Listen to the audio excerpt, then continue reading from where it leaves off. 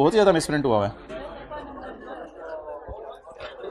अच्छा जी, मैं ये अपलोड कर दूंगा। इधर देखें, इधर देखें, खामोश खामोश खामोश। डिस्क्लोजर का नाम ऑपरेटिंग चपेड़, डिस्क्लोजर का नाम ऑपरेटिंग सेगमेंट, डिस्क्लोजर का नाम खत्म। कोई सफा ऐसे नहीं करना पड़ा, ऐसे नहीं करना पड़ा, वो ऐसे नहीं करना पड़ा, खत्म। These financial statements have been prepared on the basis of single reportable segment. These financial statements are prepared on the basis of revenue from cables and wires is 97% of total revenue. यानी हमारा main segment ही revenue cables बेचना है। Sale represent local sale and export sale. Sale represent local sale and, मेरे ख्याल से इस line की बिल्कुल जरूरत नहीं थी, नीचे इसको पाकिस्तान वाली लाइन एक डाल देनी चाहिए थी। पाकिस्तान वाली लाइन डाल दे तो ये लाइन की जरूरत नहीं थी। आप बता दें लोकल सेल 9.6 है और एक्सपोर्ट सेल 52 है, ये 52 का ब्रेकअप। आजकल ना वो डिस्क्लोजर बना के दे देता है, कहते हैं एरर्स निकालो, तो फिर बच्चे अगली दफा तो आप बता दें जी 52 की सेल कहां कहां हुई? अफगानिस्तान में पाकिस्तान की तारें चल रही हैं, साउथ अफ्रीका में चले जाएं आपको पाकिस्तान केबल्स मिलेंगी, यूएई में चले जाएं आपको हर जगह पाकिस्तान केबल्स नजर आएंगी। तो पाकिस्तान केबल्स एक कंपनी है, पाकिस्तान में मौजूद है, ये बाहर के मुल्क में भी सेल कर रही है और पाकिस्तान में भी सेल कर रही है। ये डिस्क्लोजर इसने क्यों दिया है? Because it is called as entity wide disclosure. It is called as, तो बता दें एंटिटी वाइड डिस्क्लोजर में पहला काम क्या मैंने बताया था? एक्सटर्नल सेल के टोटे करो, किस किस में? पाकिस्तान की सेल में और बाहर की सेल में। एक और चीज, all non current assets of the company are located in Pakistan. गल मुक गई, ये भी अलग अलग बताना था, लेकिन क्यों नहीं बताया? Are located. The company does not rely on any major customer. हाँ किया भाई ने, पता नहीं क्यों। The company does not have any customer having sale of 10% और मोर ड्यूरिंग द ईयर। पिछले साल भी कोई नहीं था, कोई ऐसा कस्टमर हमें आज तक नहीं मिला जो हमारे से इतनी तारें खरीद जाए कि हमारी सेल के 10% तक तारें हो जाएं।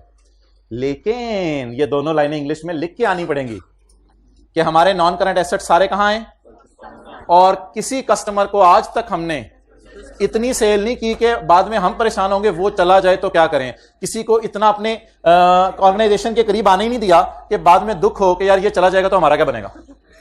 तो इसलिए we are not relying on major customer. कोई हेलो, वो किधर है? जो इधर तालियां जाता था वो बंदा किधर है? नहीं, वो इधर बैठा होता था ना। अच्छा, पिछला सफा करें, ये पेज 510, पेज 510। डिस्क्लोजर्स का नाम बताएंगे जो नए पढ़े हैं। एंटिटी वाइड डिस्क्लोजर्स, पैरा 33, वो वाला छोड़ें। जियोग्राफिकल इंफॉर्मेशन, किन दो चीजों के बारे में बताने? Non current assets. ये तो नजर आ रहे हैं ना किताब पे। External sale and for country of domicile, वो कौन सी होगी? Pakistan. And all foreign countries in total. In total तो नहीं, ये असल में किस कॉन्टेक्स्ट में? आप फिलहाल सेपरेटली लिखें, ऊपर जाके मैं आपको करवा दूंगा। इन टोटल इसने क्यों लिखा? इन टोटल काट दें फिलहाल। और फॉरेन कंट्रीज सेपरेटली, हर फॉरेन कंट्री का सेपरेटली शो करें या टोटल में शो करें, वो भी हम देख लेते हैं ऊपर जाके। चलें, कुछ ना करें, कल मैं देख लूंगा मेन स्टैंडर्ड में। Reliance on, reliance on major customer. अभी तक जो हमने फाइनेंशियल स्टेटमेंट देखी उनमें सेपरेटली डिस्क्लोज करे हर कंट्री का, इकट्ठा separately. Reliance on major customer, if revenue from is equal to और exceed 10% of segments reporting these revenue का मतलब बताएं। उसको पैकेजिंग वाली चीजें बेच रहे हो, इंक वाली चीजें बेच रहे हो, पेपर वाली चीजें बेच रहे हो, क्या बेच रहे हो? और टोटल रेवेन्यू फ्रॉम, अब कस्टमर वाइज नहीं देना, ये देखने में स्टैंडर्ड ने बड़ा मुश्किल लफ्ज़ इस्तेमाल किया है, ईच सच कस्टमर, लेकिन कस्टमर वाइज नहीं देना, total revenue from all such customer होता तो हमें इंग्लिश बहुत आसान लगती, सारे कस्टमर्स का टोटल रेवेन्यू जमा कर देना है। लेकिन कस्टमर वाइज नहीं बताना, कस्टमर 1 को इतना, कस्टमर 2 को इतना, ऐसा नहीं बताना, क्योंकि कस्टमर का आइडेंटिटी डिस्क्लोज करना जरूरी नहीं है कि कस्टमर आपसे कौन से हैं। एक छोटी सी और चीज है, प्रोडक्ट वाइज सेल, ये ना मैंने आपको इसलिए नहीं बताया कि प्रोडक्ट वाइज सेल ऑलरेडी यहां कवर हो रही होगी, प्रोडक्ट वाइज सेल ऑलरेडी यहां कवर, तो इसलिए इसको अलग से नहीं बताया। लेकिन एक और डिस्क्लोजर याद कर लें एंटिटी वाइड में, ये वाला और तीसरा कौन सा, प्रोडक्ट या services wise external sale. Done, चलें जी, it's over entity wide disclosure. अब मुझे आप बताएं, हाँ मेजर कस्टमर चाहे पाकिस्तान में हो चाहे बाहर हो, कोई फर्क नहीं पड़ता। अच्छा जी, IS 38 निकालें, नेट रिप्लेसमेंट मेथड का एक सवाल करें जरा, ग्रॉस रिप्लेसमेंट मेथड का किया हुआ कभी? जनरल एंट्रीज आती हैं ग्रॉस रिप्लेसमेंट मेथड की रिवैल्यूएशन में? नहीं आती? Page 234,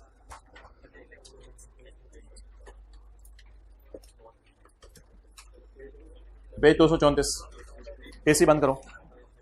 A company provided you following details as on 31 December 14 before revaluation. Asset account में बैलेंस है 200, अकोमोडेशन अकाउंट में बैलेंस है 60 का, और एसेट ईयर एंड पे कितने का रिवैल्यू हो गया? 250 का। इसके पहले आपने मुझे पुरानी एंट्रीज बतानी है और फिर नई एंट्रीज। इनके अलावा 37.2 क्या होगा? एंड नहीं, एंटिटी वाइड डिस्क्लोजर में कंट्री वाइज सेल और कंट्री वाइज नॉन करंट, और 37.3 क्या होगा? Extent of reliance on. वो डिस्क्लोजर कोई फॉर्मेट बनाना होगा या अंग्रेजी में भी फिक्रा लिख सकते हैं? अंग्रेजी में भी फिक्रा लिख सकते हैं।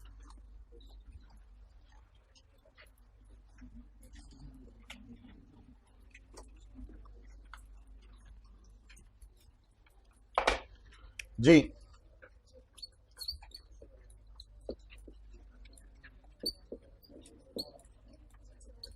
इकतीस 12-14 book value, 31/12/14 book value 200 minus 60। सारा डेटा दिया हुआ है? नहीं, डेट ऑफ परचेज वगैरह नहीं दी हुई। रीवैल्यू कितने पे हुआ?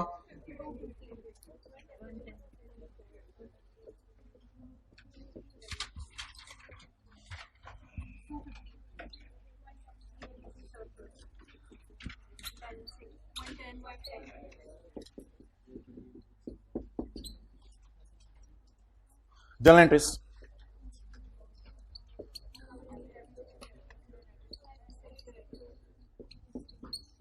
डन। 60, 110 की एंट्री,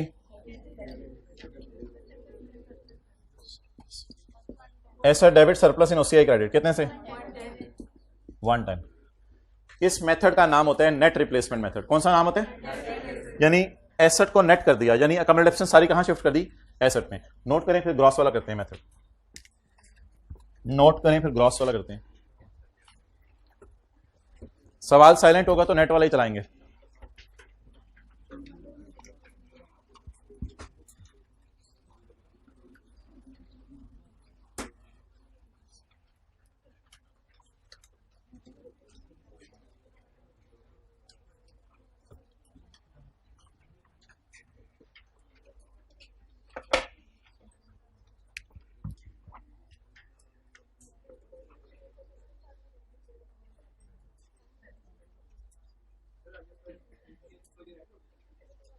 हाँ, IFRS 8 की इतनी डिस्क्लोजर है, बस 1-2 दिन और चलेगा अभी IFRS 8, फिर IFRS 9 शुरू। अच्छा,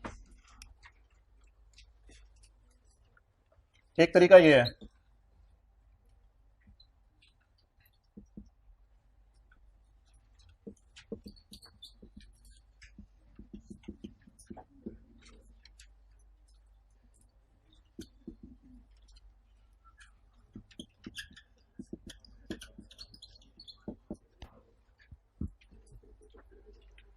एसेट अकाउंट में कितना बैलेंस आ रहा है? 200, और अकोमोडेशन अकाउंट में 60। इधर टेंटिव रहे।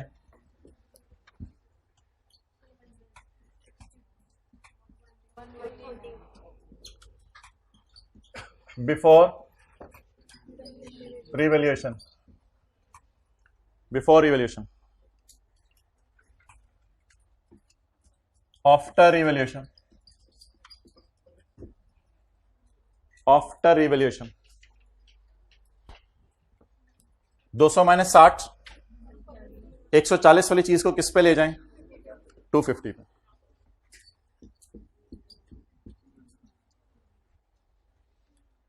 आपको पता है कि बुक वैल्यू को फेयर वैल्यू से कंपेयर किया जाता है। बुक वैल्यू को अब ना एसेट को भी आसमानों पे ले जाएं, अकमुलेटेड ऑप्शन को भी आसमानों पे ले जाएं, ताकि बुक वैल्यू जो 250 आ रही है उसके बराबर आ जाए। अब एक मैथमेटिक्स की हम कैलकुलेशन करेंगे। बजाय कि हम अकमुलेटेड को एसेट में शिफ्ट करें, हम इन दोनों को ऐसे बढ़ाएंगे कि जवाब 250 आ जाए। ग्रॉस अप करें, ग्रॉस अप। फैक्टर लगवाएं कोई, जल्दी जल्दी फैक्टर लगवाएं कोई। 200 पड़ा है 140 वाली, 140 वाले की 200 है, तो बताओ 250 वाले की कितनी होगी कॉस्ट? इट इज अ तरीका ऑफ ग्रॉस अप। दोबारा सुने, जिसकी बुक वैल्यू 140 है उसकी कॉस्ट 200 है, तो 200 कॉस्ट 140 वाले की है, तो 250 वाले की कॉस्ट क्या होती? बोले बोले बोले 357। ये अकमुलेटेड एप्रिसिएशन है 140 वाले की, तो बताओ 250 वाले की अकमुलेशन क्या होती? फैक्टर ये लगाना है हमेशा, डिवाइड करना है इससे, मल्टीप्लाई करना है इससे। 10 एंड पे देखें जवाब बराबर आना चाहिए, 250 आना चाहिए। चलें जी, नोट करें।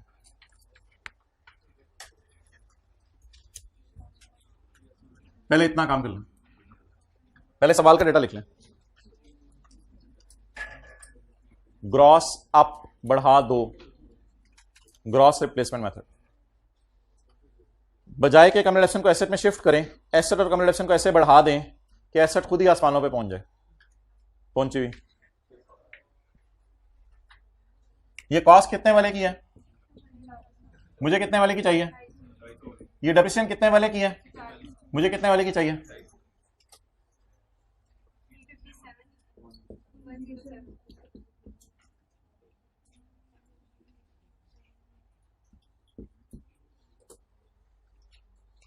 दो एंट्रीज नहीं होगी, एक एंट्री होगी।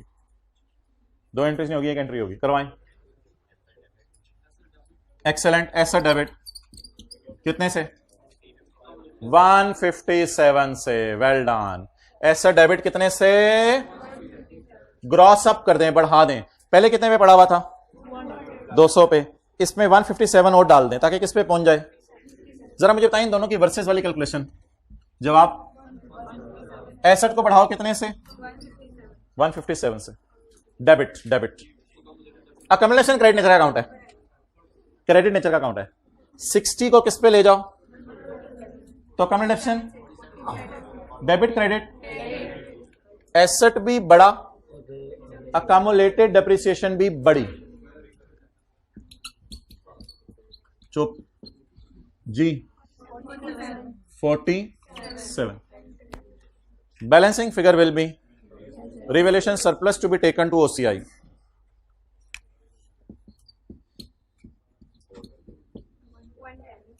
हाँ यार, वो मेरे ख्याल से करवाया था सर ने, लेकिन एक दिन करवाया था आखिर में 15 मिनट, तो वही पेपर में आ गया। मैंने तो समझा था बस ऐसी बरकत के लिए करवाया था, मैंने तो उस दिन घर जाके भी नहीं किया। बाद में सर ने वैसे सवाल भी नहीं कराया, ओए पेपर में आ गया। अच्छा, यानी जो चीज़ एक दफ़ा कराई जाए वो भी पेपर में आ सकती है। यार रशीद, ये क्या इदारा है ICAP? यानी कि ऐसी चीज़ें भी हैं जो एक दफ़ा कराई जाए पेपर में आ जाए। ये तो अजीब सी बात है यार, ये तो मुझे तो समझ ना आवे। यानी एक दफ़ा सर करें वो पेपर में आ जाए, हाथ दोगी। कराएं जी बैलेंसिंग फिगर, लेकिन सरप्लस मार्जिन बराबर ही आएगा जितना पहले आना था।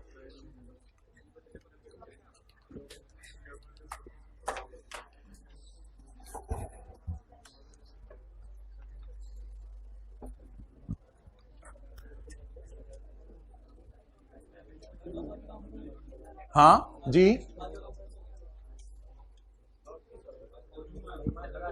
जी यार, हर चैप्टर कितने दिन चलेगा? और सीए फाइनल के भी जाके भी से पता चला लो कौन सी क्लासें कितने दिन चलनी है, कब खत्म होनी है। कभी ये भी बताया करो कि मैं इतना पढ़ रहा हूं। मेरे से ही पूछ रहे होते हैं कब तक आपने खत्म करवाना है। बच्चे 6 बजे आ जाते हैं लाइब्रेरी, और कब तक बैठे रहते हैं? कौन है? अच्छा,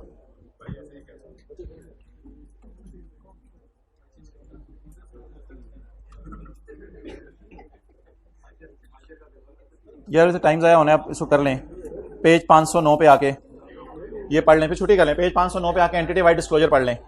मुझे पता है पेज 509 कल सुबह सुबह जो आके पढ़ने हैं, तो आज जाते हुए शाम को ही पढ़ लें। अभी 509 पेज पे कौन से डिस्क्लोजर है? Entity wide. ये ए हाइब्रिड में जरा उठाना शुरू करें एक एक करके बच्चों को। शुक्रिया शुक्रिया शुक्रिया शुक्रिया। ओके, कौन से डिस्क्लोजर? Entity wide disclosure. मुस्कुरा के इनको देखे कहें हमें वैसे पहले से पता है तुम कौन हो। Revenue from for each product and service. Each product और सर्विस का रेवेन्यू बता दें। कैमिल का कितना है, सोडा का कितना है, ऐश का कितना है, फलां का कितना है, फलां का कितना है। Geographical area, revenue from external customers and in the country of domicile and all if material then for each country separately. ये बोले मेरी बात थी जो मैंने आपको थोड़ा गोल करा दी थी। अब क्या डिसीजन हुआ, कंट्री वाइज दिखाना है या टोटल करके भी दिखा सकते हैं? नहीं, हमारे ऊपर नहीं है। एक शर्त लग गई, अगर फॉरेन सेल कंट्री वाइज बड़ी इमटेरियल है, एथोपिया को बेच दिया, चीचनिया को बेच दिया, बोस्निया को बेच दिया, कोस्निया को बेच दिया, नोस्निया को बेच दिया, इनको इकट्ठा कर दें। लेकिन उधर से आपने जर्मनी को बेचा, हॉलैंड को बेचा, इंडिया को बेचा, बांग्लादेश को बेचा, इनको अलग अलग दिखा दें। अगर मेजर है तो छोटी मोटी सेल इकट्ठी की जा सकती है फॉरेन की, लेकिन अगर सेल आपको मेजर लगे फिर अलग अलग दिखा दें। तो ये जरा आप बता दें क्या मैं कहूं, कंट्री वाइज कहूं? नहीं, ऑल फॉरेन कंट्रीज का टोटल में दिखा सकते हैं, लेकिन अगर मटेरियल सेल है तो हर कंट्री के अलग अलग दिखा दें। मेजर कस्टमर, प्रिंसिपल रूम के वास्ते गुजरते आपने जाके कहने में माइनर कस्टमर गुजरा है। An entity discloses the extent of its reliance on major customer. हो सकता है आपके करीब कोई खाने के दुकान हो, होटल हो, वहां जाती है आप 2-3 दोस्तों और कोई है ही ना उनका कस्टमर, तो फिर आपने से कहना भाईजान जिदों में आया ना, नहीं नहीं भाईजान तो नहीं जाना मेरे पास से, खुदा के लिए मेरे से खाना खरीदा कर, तेरे घर तक पहुंचा दिया करूंगा मैं। तो मेजर कस्टमर भी होते हैं ऐसे किसी। चलें छोड़ें। An entity shall disclose the extent of it, कोई बात ही नहीं थी। ये हाइब्रिड में जरा जल्दी आइएगा।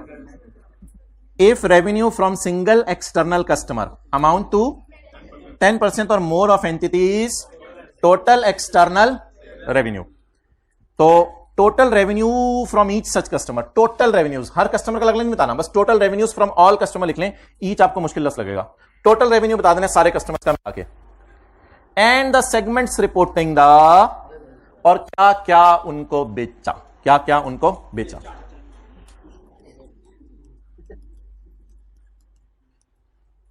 एक्सटर्नल सेल 500, खामोश खामोश।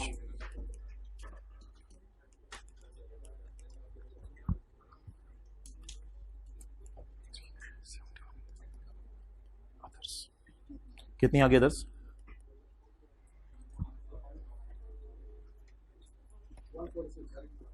मैं घर वालों को फोन करूं, कैलकुलेटर जरा निकालना घर वालों। हाँ 354। भाईजान हमारे मेजर कस्टमर बताएं। 3, सॉरी और यार खुदा खौफ करो, 3 कहां से हो गए हमारे मेजर कस्टमर? पूरी रात रोंदे रहे, सवेरे भी उठ के रोंदे रहे।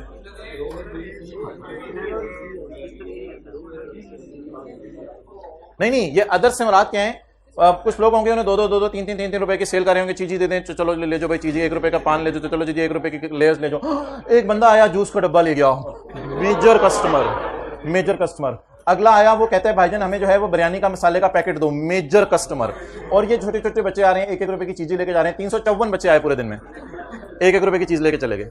तो अब ये वाला भी हमारा मेजर कस्टमर है और ये भी मेजर कस्टमर, लेकिन इस पे गुजारा नहीं चलेगा।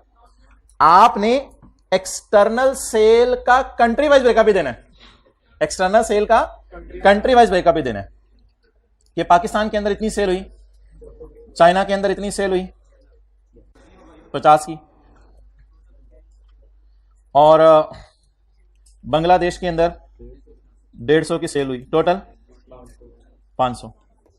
ये कैसे हो सकता है कि सेल का वो वाला भी ब्रेकअप हो, ये वाला भी ब्रेकअप हो सकता है, इसमें तो कोई मसला नहीं। तो हमारी दुकानें मुख्तलिफ मुल्कों में भी हो सकती हैं। अच्छा ऐसे भी हो सकते हैं टॉफी, जूस और mango. Anwar Rathore, original mango.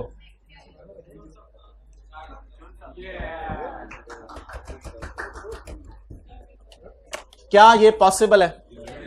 क्या ये पॉसिबल है? बिल्कुल पॉसिबल है, बिल्कुल पॉसिबल है। क्यों नहीं पॉसिबल ये? क्या? ओहो, मुझे पता है बात। ये वाली चीज 37.1 वाली है, ऐसा ही है ना? 37 वाली, सॉरी 37 वाली। तो एक ऑर्गेनाइजेशन अपनी सेल का ब्रेकअप कितने तरीके से दे सकती है? 3 तरीके से। कैसे कैसे? कस्टमर वाइज भी दे सकती है ब्रेकअप, एरिया वाइज भी दे सकती है, और प्रोडक्ट वाइज भी दे सकती है। कोई और ब्रेकअप? प्राइस, तस्वीर खींचो। एक्सटर्नल सेल का ब्रेकअप सवाल में। अच्छा, अब बता दें ये वाला डाटा कहां कहां यूज होने? ये कहां यूज होगा? Reliance on major customer. ये कहां यूज होगा? Reliance on. ये डाटा कहां यूज होगा? Geographical location, geographical location. और ये प्रोडक्ट वाइज सेल। तो सारा डाटा हर जगह यूज हो सकता है। अब कल बात करेंगे इसमें से कौन सा यूज करना है, कौन सा नहीं करना। तो ये तो वैसे ही हमने आपको दिखा दिया। जाएं, सारे मेजर हो तो सबका बता दें। फिर 10 बंदों को सेल करते हैं 10-10%, सबका बता दें। हाँ, नहीं क्वेश्चंस कर रहे हैं, इस तरह का कर लेंगे कल, तो आसान सा डिस्क्लोजर है। हाँ, क्लोज कर दें, कोई होमवर्क नहीं।